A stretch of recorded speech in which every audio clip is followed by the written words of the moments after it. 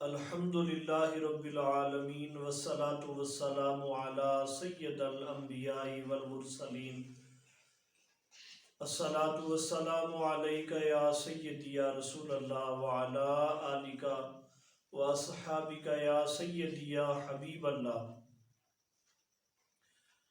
سامعین و ناظرین کرام، 15 شعبان المعظم کا روزے کے متعلق یہ کلپ ہم ریکارڈ کر رہے ہیں۔ تو حضرت مولا علی شیر خدا حاجت روا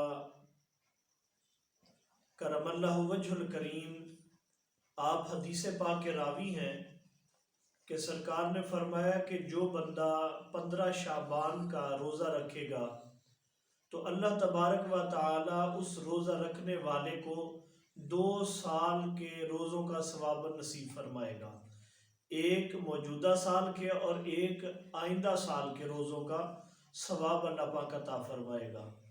تو دوسری روایت میں ہے کہ جو بندہ 15 شعبان کا روزہ رکھتا ہے تو اس کو بھی بہت زیادہ اللہ پاک اجر و ثواب عطا فرماتا ہے، کیونکہ اس دن تمام جنگل کے درندے، چرند، پرند، حتیٰ کہ سمندر کی مچھلیاں بھی اس دن روزہ رکھتی ہیں۔